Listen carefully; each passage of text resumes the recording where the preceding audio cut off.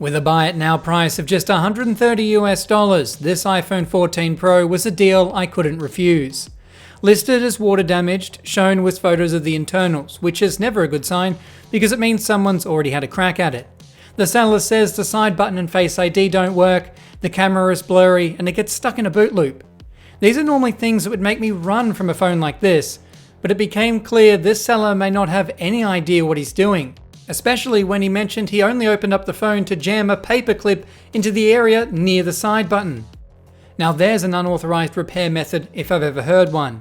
One of these phones in working order currently sells for around 700 Australian or 450 US.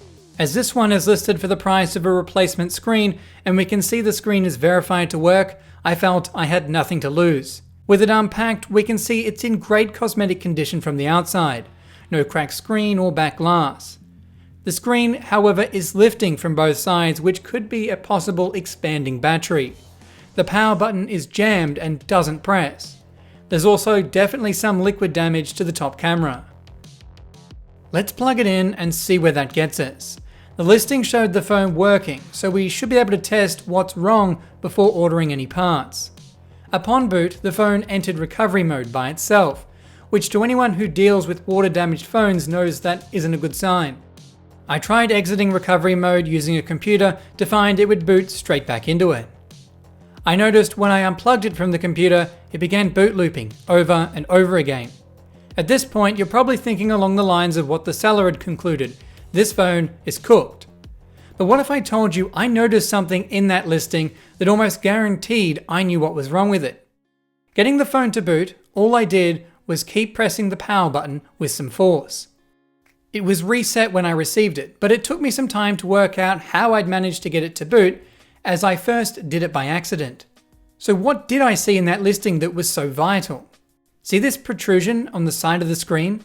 That's not dead pixels. That's the animation newer versions of iOS display when you press a button on the phone. From this, we can see the power button is jammed in a depressed position. Only when I press the button, it releases. That's why the phone kept rebooting and entering recovery mode. It's not a critical board level issue, it's a jammed power button. Setting up the phone, we can see Face ID was able to scan my face without issue. This is quickly shaping up to not only be a great deal, but a phone I think we can restore to a fully functional state. It's a 256 gig model with 88% battery health thanks to a genuine Apple battery replacement done just over a year ago. But what about the cameras?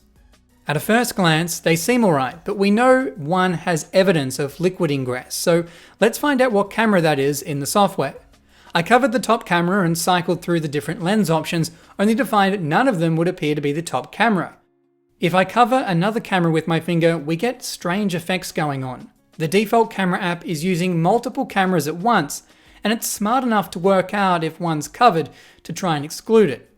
So I downloaded iTest, my device testing app, to allow a proper test of each camera separately. From here, we can see my finger blocking each of the 3 rear cameras without any intelligent switching, which proves to you that you cannot rely on the default camera app to test the cameras. Having discovered the top camera is the zoom camera, we can now properly analyze it.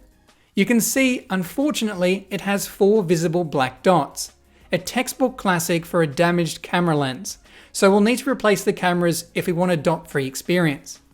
While we're in iTest, it's now also a good time to test out all the other functions of the phone to ensure there aren't any other faults. Wi-Fi, Bluetooth, charge port, speakers and microphone, touchscreen, compass, and everything else is all working. So all this phone needs is a new power button and camera. So let's get them installed. Since iOS 11, you can shut down the phone using the settings menu, which will prove helpful with our broken power button. Well, I'd hoped. Because it's jammed, the phone turns back on almost immediately and begins boot looping again. So we're going to have to work on this patient alive. I'll start by removing the 2 pentalobe screws from the base before it's over to the heat plate for a few minutes to soften the adhesive. A suction cup was all it took to lift the display, as it had previously been opened and not adhered back down. Inside, we'll be able to see the extent of the damage. The power button presses, but it doesn't have its usual tactile click, and I'm sure jamming a paper clip into this part doesn't improve things. The liquid indicator is red, some of the tabs on the display are bent, and there's a missing screw along with the adhesive being damaged and has quite clearly been reused, as evident by all the dust present on top. Liquid likely wouldn't have entered if it had been replaced when the battery was fitted. Somehow I've ended up with a stuck screw on the first bracket we need to remove. It's just spinning as the standoff screw it's connected to underneath has undone instead. Applying upward pressure while turning the screw allows it to grip and unwind correctly. To replace the power button, we need to remove both the logic board and battery as the cable runs below both. So despite only being a small part, it requires quite the disassembly to get to. My heart skipped a beat when I saw this cable come up with the bracket. I thought I'd just torn it, but instead it stuck to the back and is unplugged with the bracket. Its liquid indicator is white, despite the screw directly above it being the only rusty screw we've found so far. Internally, it's not bad. It needs a clean, but I've seen much worse. As for the reason behind the lifting display, two of the metal clips are bent and were not being latched into place, causing the display to not sit properly. The battery wasn't the cause and is in perfect condition. This is probably the reason liquid entered in the first place. The screen was never making connection with the adhesive. Even reused adhesive is better than none at all. The adhesive was much too contaminated to just be grime working its way in over time, or the seller opening up the phone for the listing photos. This phone has been used like this for some time. Thankfully, the tabs bend back easily, so we'll be able to reuse the screen. To remove the logic board, I'll need to unplug all the flex cables attaching to it and unfasten 3 screws holding it in place. One of these screws is located under the earpiece speaker. It's already loose as it's the standoff screw to the stubborn one we had earlier. With that, the logic board can be lifted out. It's looking a bit sandy, but should clean up alright. To be able to remove the battery on the iPhone, you first need to remove the speaker and Taptic engine in order to access the stretch release adhesive. While a bit of a nuisance having to take even more of the phone apart, it's only a few more screws and one cable. Now the adhesive can be pulled free of the phone, if it doesn't break off first.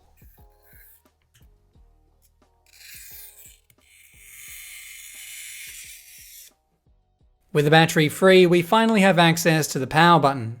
Detaching it from the housing, we can see the damage caused by the paperclip. The button has been torn apart and will need to be replaced if it is to work reliably. I purchased this replacement for under $5 US. It's been a while since I've replaced an iPhone button flex cable, so I forgot it's part of the wireless charging coil.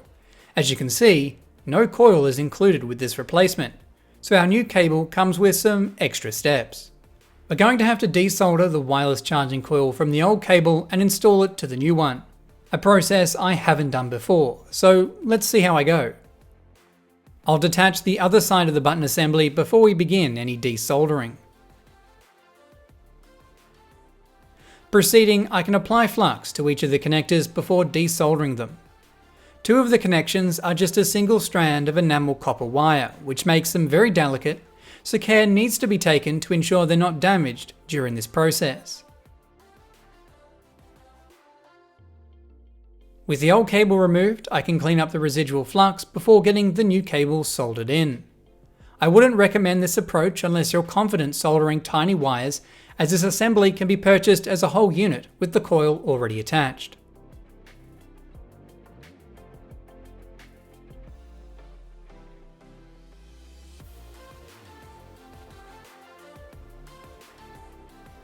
Once I've confirmed the connections are solid, the tabs can be bent down and the mute switch be transferred from the old cable. The remainder of the flex can then be screwed into place.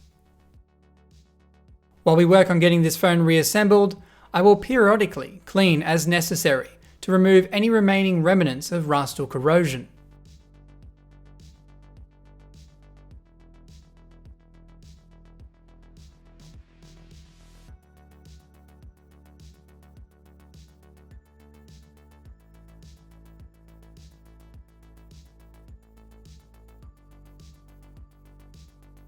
With the power button in place, we can see it's now pressing as normal.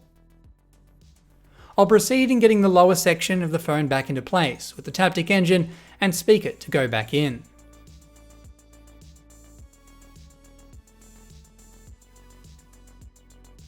Before installing the logic board, it needs a clean to remove as much of the grime as possible. Oddly, the metal sections are hardest to clean.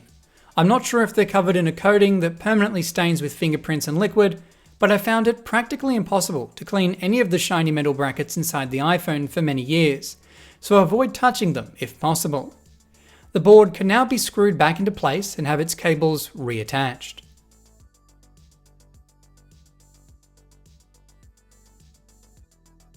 Before the battery goes back in, I'll clean off the old adhesive around the perimeter of the phone. It's best to do it now to prevent the chance of slipping and puncturing the battery. This is for sure one of my least favourite parts of any repair, but it's one of the most important if you want to retain any sort of resilience against future dust and water ingress. Plus, it helps keep the screen in place. Once the majority of adhesive is removed, only then should alcohol be used to clean the surface. I find using it as the sole method to clean the frame ineffective, as it turns the adhesive to black goo, which ends up everywhere. With the frame sparkling, it's time the battery gets some new adhesive before being reinstalled into the phone. But we're not done yet. The camera needs to be swapped out. $50 was the cost of replacement, which I'm assured is an original that will pair with Apple's new calibration tool. While it would be far cheaper if I was able to replace just the affected camera, that's not possible on the iPhone, so all three are swapped out.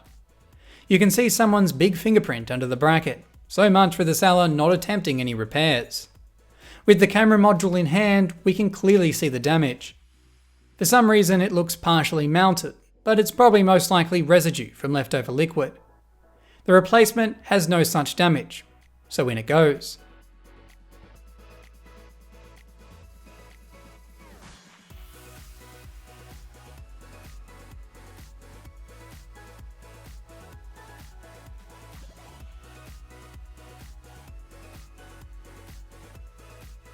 Before the display is installed, it also needs a clean and to have any adhesive removed. Compared to how it looked when we first opened it, this phone has cleaned up nicely. It's time some new adhesive is applied before we get the display attached. Being able to reuse the old display has saved us so much money, which has made this one very cheap iPhone 14 Pro.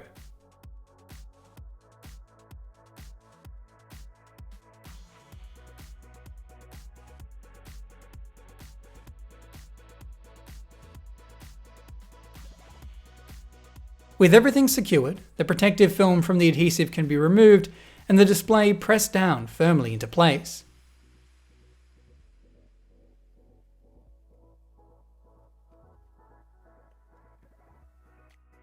Once the two pentalobe screws are installed, we can press the newly installed power button to see the phone has returned to a fully working state. And we're done. So this is it, an iPhone 14 Pro 256GB for just $185 US. Buying a water damaged phone is a huge gamble because most don't work, but seeing this one was powering on, I saw it had a chance of revival. It's been up and running for a few days now and I can't fault it. Wireless charging is working, and with Apple being required to allow some new parts, we should be able to pair the replacement camera. Of course, it's not without some typical nonsense. I can't pair the new camera as this phone is still running iOS 18, but I don't want to upgrade to iOS 26 because I wanted an iOS 18 device to use for development testing. It's blocking me and saying I must update to finish my repair. I fired up Apple Configurator, Apple's enterprise configuration tool, and created a profile to delay updates for the maximum allowed time of 90 days.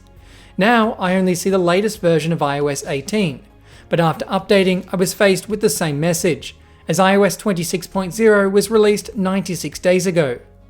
If I want to ensure my cameras are going to work to their full potential, I'm essentially held hostage into updating.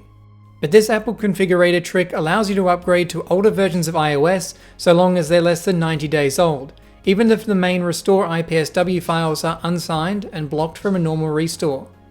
On iOS 26.0, we are finally allowed to reboot into Repair Assistant, where we have to agree to Apple collecting device data related to the parts pairing process. After being detected as a genuine part, we are required to calibrate the cameras. We need to pan the device in an arc so it can scan objects in front of it. I've sped this up 1800% so you don't have to sit through what I had to endure. I had to keep panning the device for about 5 minutes straight until the white bar at the bottom got most of the way across. What exactly is it calibrating? It appears to be more of a LiDAR calibration, but no other phone on the market requires this with a replacement camera. But after waiting some more, it finally says it's finished, and in settings the camera now reports as used, but at least it's working. I can say without a doubt this is one of the best deals I got in 2025. What a way to finish the year off. And on that note, this has been a Hugh Jeffries video. If you like what you saw, consider subscribing and check out the phone restoration playlist for more videos just like this one. And if you're looking for any used devices, be sure to check out my online store, link for which is down in the description. That's all for this video, and I'll catch you guys next time.